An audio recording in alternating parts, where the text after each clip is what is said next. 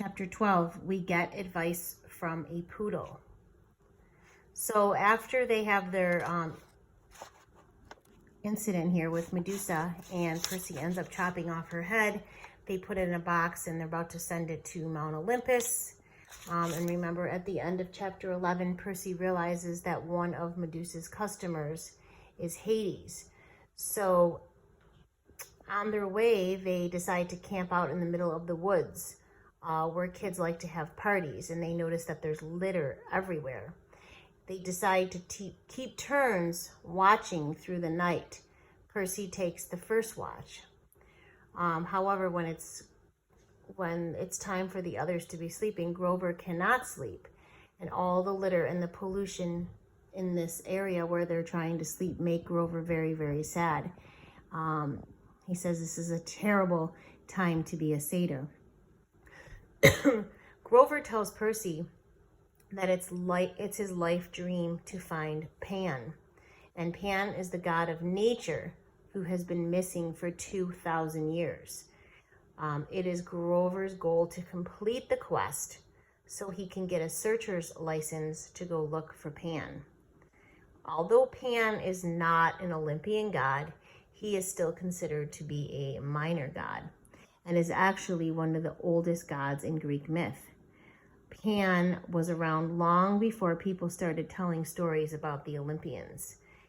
He's a primal nature spirit, and the word panic is derived from his name. So we get panic from Pan because people tend to get scared when they're lost in the woods. And no satyr has ever found Pan or has come back alive from his search for Pan. So that's something to think about. Grover tells Percy that back at Medusa's house, Annabeth had an interesting idea. Annabeth realized that there is something weird about this quest. All of the monsters seem to be holding back a bit. So that was what Annabeth realized. And Grover tells Percy that when the Furies found them on the bus, they were asking, "Where is it?" rather than "Where is he?" So that made them realize that they were looking for an object rather than a human, because they kept saying it instead of he. Percy confesses to Grover that he's only on this trip so that he can get his mom back from Hades, not because he cares about the Master Bolt or because he cares about helping his dad. So the only thing he wants from all of this is to be able to get his mom back. And Grover already knows this about Percy. He can read his emotions really well. But he also suspects that deep inside, Percy does want to make his dad proud. Percy protests that, though, and he still says the only reason why he's on this quest is to find his mom. And so Grover offers to take the first watch when they're in the woods, and Percy falls asleep. And once again, he has another vivid dream. And this time, he's standing on the edge of a big pit inside of a cave.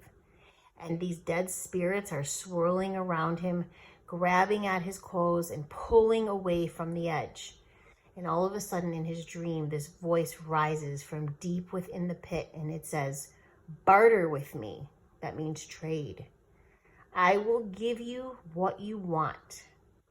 Trying to barter with him about his mother. So this voice that's in this pit is very, very old voice. It's a very ugly voice, and it's trying to barter with Percy.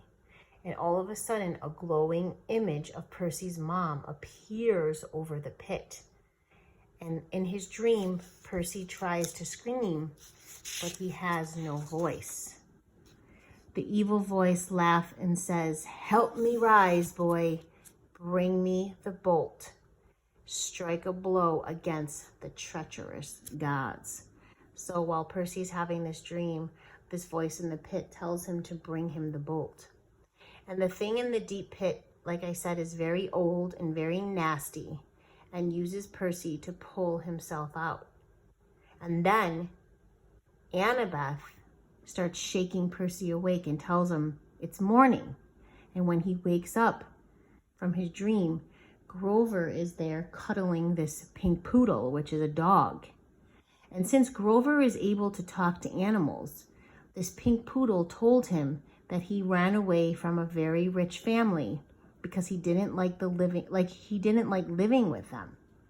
But the family has a reward out for $200. So if somebody returns their dog, this family will give whoever it is $200. And in the story of the lightning thief, satyrs can talk to animals.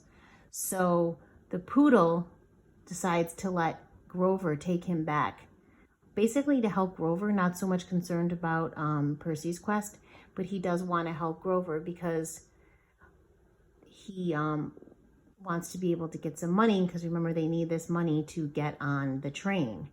And so Grover tells Percy that this poodle's name is Gladiola.